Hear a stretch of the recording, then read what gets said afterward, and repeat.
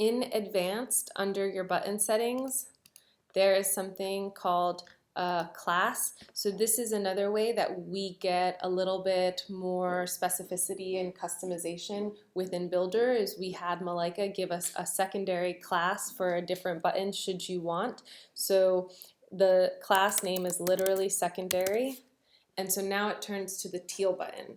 So it will by default be orange, and if you want it to be secondary, it will be, or if you want it to be teal, it will be secondary in your class, is how you'll do that.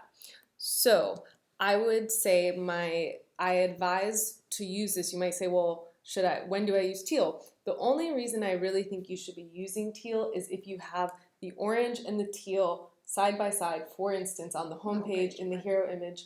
You know, the best practice genuinely is when you have these call to actions that are designated as buttons and not links, you are doing just that. You're calling to action. The likelihood that someone will do what you want them to do increases when you give them one call to action. It's like when people say, I have 5 priorities. It's like the antithesis of a priority. So in theory, we probably shouldn't have even offered a secondary button, but I want to give you that freedom should you have a section in which you have a primary action, a secondary action, and you obviously don't want 2 orange buttons.